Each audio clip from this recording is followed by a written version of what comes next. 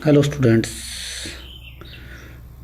अब 8th class में NCERT ने न्यू बुक्स हैं और बुक के 2 पार्ट हैं। अब पार्ट 1 है 2 हैं।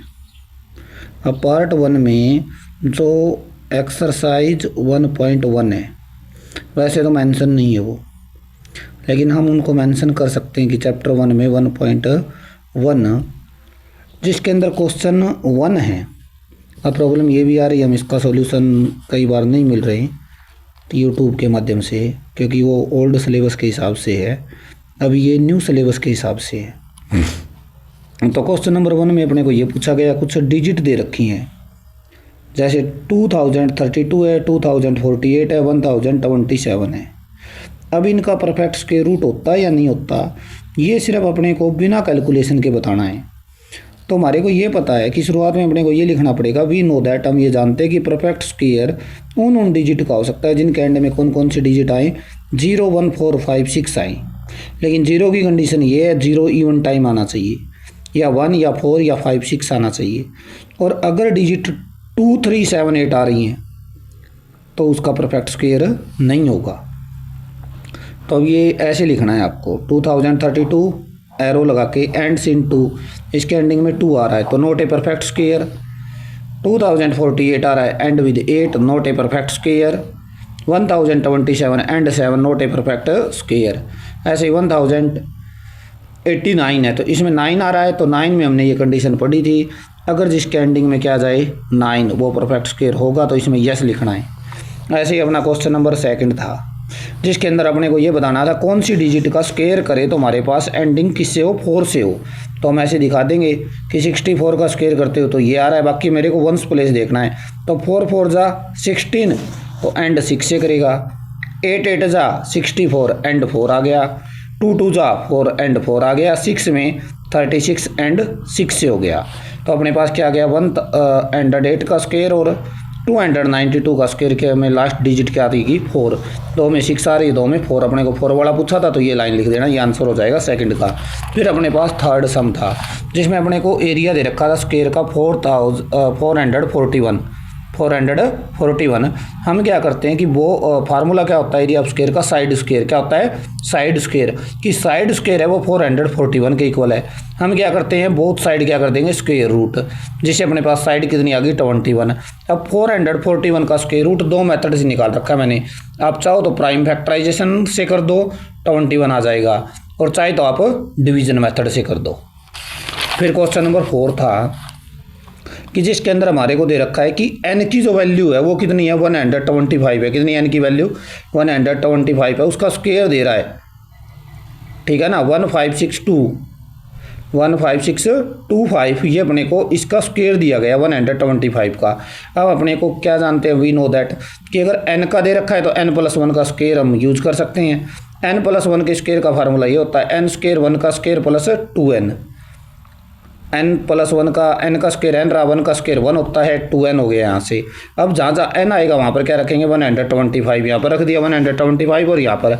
अब इसका स्क्वायर अपने को गिवन ही था, इसका डबल करोगे 250 और इसमें 1 ऐड करोगे तो ये आ जाएगा। तो ऑप्शन नंबर 4 अपना राइट होगा। फिर अपने पास आगे नेक्स्ट क्वेश्चन 5 है कि इनमें एलसीएम निकालना है 4 9 10 का। किसका, 4 9 10 का एलसीएम निकालना है। तो एलसीएम इस वे से आ जाएगा, अपने पास एलसीएम आ गया इसका 180। अब 180 आ गया, लेकिन अपने को परफेक्ट स्क्वायर बताना था, तो 180 तो होता नहीं परफेक्ट स्क्वायर। इसको परफेक्ट स्क्वायर बनाने के लिए इन सभी डिजिट के पेयर होने चाहिए। 2 का पेयर तो है, 3 का है, लेकिन 5 का नहीं है। तो अपने को एक 5 और चाहिए, इसलिए इसको किससे मल्टीप्लाई करवा देंगे, 5 से। अब ये 900 आ गया, तो 180 आंसर आया था, लेकिन वो परफेक्ट स्क्वायर नहीं था। इसलिए हमारे पास जो आंसर होगा वो क्या होगा कि 5 अपने पास अनपेयर्ड है, इसलिए आंसर हमारे पास क्या होगा, 900। क्या होगा, 900। इस प्रकार से ये लाइनें लिखनी है आपको, इनको आप देख सकते हो, स्क्रीनशॉट ले सकते हो आप इनका। फिर आगे क्वेश्चन 6 कि अपने पास क्या है, 9408 है, इसके प्राइम फैक्टर करने थे तो मैंने कर दिए प्राइम फैक्टर।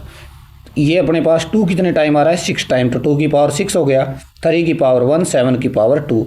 अब 2 के तो पेयर बन रहे हैं, यहाँ पर 2 टाइम हो गया, यहाँ पर भी 2 टाइम, यहाँ पर भी 2 टाइम। 7 भी 2 टाइम, लेकिन 3 क्या है सिंगल टाइम। तो अपने को किससे मल्टीप्लाई कराना पड़ेगा अगर इसको परफेक्ट स्क्वायर रूट बनाना है? तो 3 को।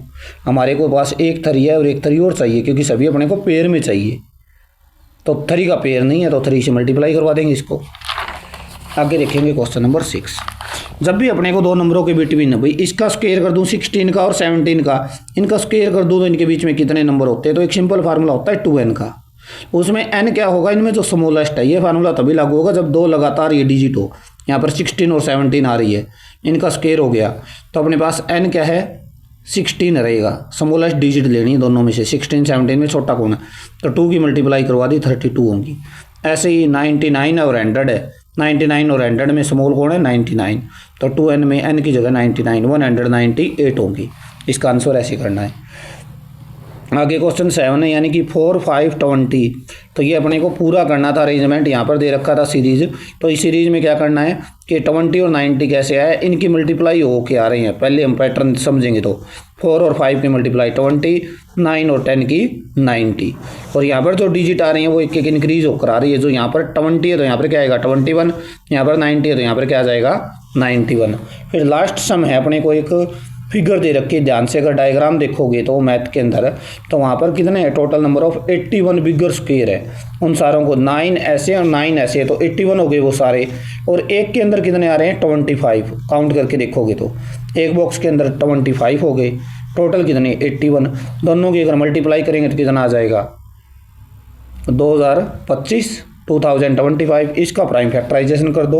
वो चाहता है कि इसका प्राइम फैक्टराइजेशन हो, तो 2025 का प्राइम फैक्टराइजेशन कर दोगे, वो अपने इस टाइप से हो जाएगा।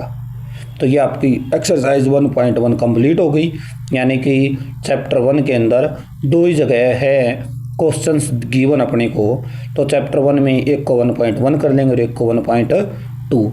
अगर अच्छी लगी हो वीडियो तो like and subscribe. Thank you.